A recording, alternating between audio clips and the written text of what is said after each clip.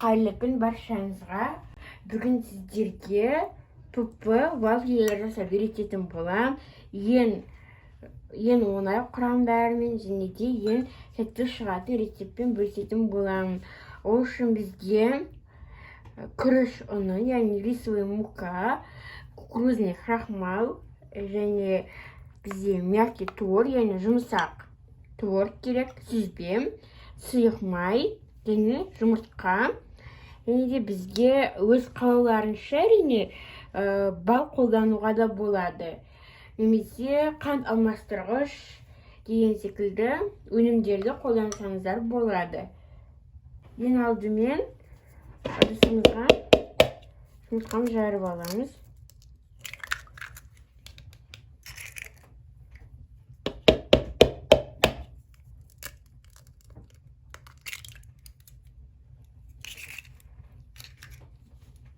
Және де жақсылап араластыратын боламыз. Және бұл бізде ешқандай миксерді қажет етпейді, шамшымен жасай беруге болады. Және де сары майымызды қосамыз. Жақсылап араластырамыз. Осы кезде сіздер өздеріңіз қалауларыңызша бал немесе жаңағыдай қант алмастырғыштарды қоссаңыздар болады. Бір қасықтай бал қоссам.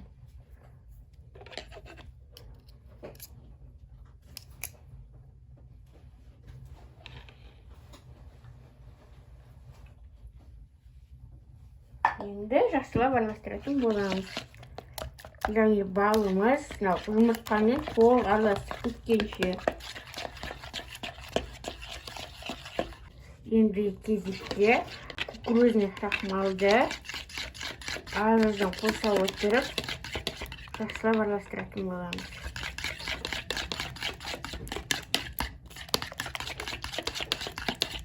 Аздан қосыңыздар, міне осылай ғана. Енді жақсылап араластырып, осылай кукурузный крахмалымыз біткенше осы процесті жалғастыратын боламыз. Енді толықтай араластырып алдық. Енді кезекте мұнда менде ұнның кез келген түрін пайдалансаңыздар болады. Яғни негізі бірақ осындай рисовый мука пайдаланғандарыңыз жөн. Бірақ жаңағыдай сұлы ұны немесе жүгері ұнында пайдалануға болады. Бірақ көбінесе осы ұнды пайдаланғандарыңыз жөн. Енді жақсылап біркелкі масса болғанша араластырамыз. Енді кезекте яғни творогымызды салатын боламыз. Творогтың массасы бізде осындай болу керек.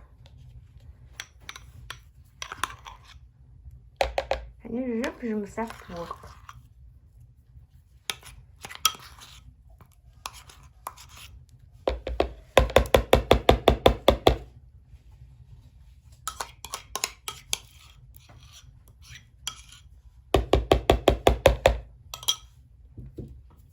Енді жақсылап біркелкі масса болғанша араластыратын боламыз.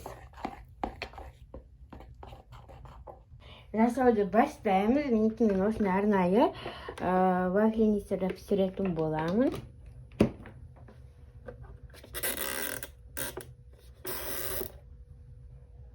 Қостым, енді ыстығанын күтетін боламыз. Және де осы массамызды бір қасықтан сала отырып пісіріп аламыз.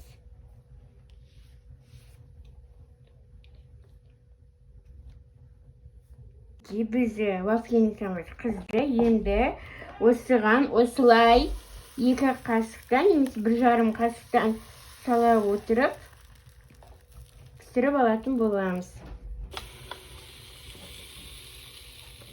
Бір 40 секундта, 30 секундта пісіп қалады.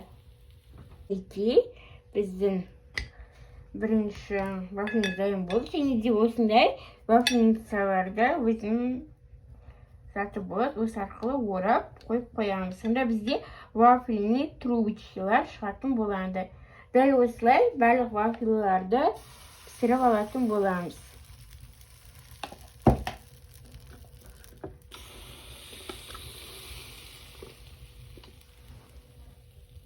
Мінекей, біздің вафельлар дайын болды.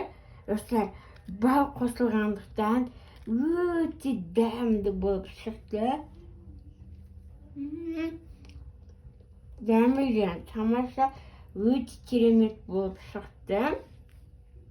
Сіздерге жасап көруге кеңес беремін. Міне қараңыздар, күшті болып шыққан. Рецепт ұнаса, каналыма подписаться етіп, лайк басып кетуді ұмытпаңыз.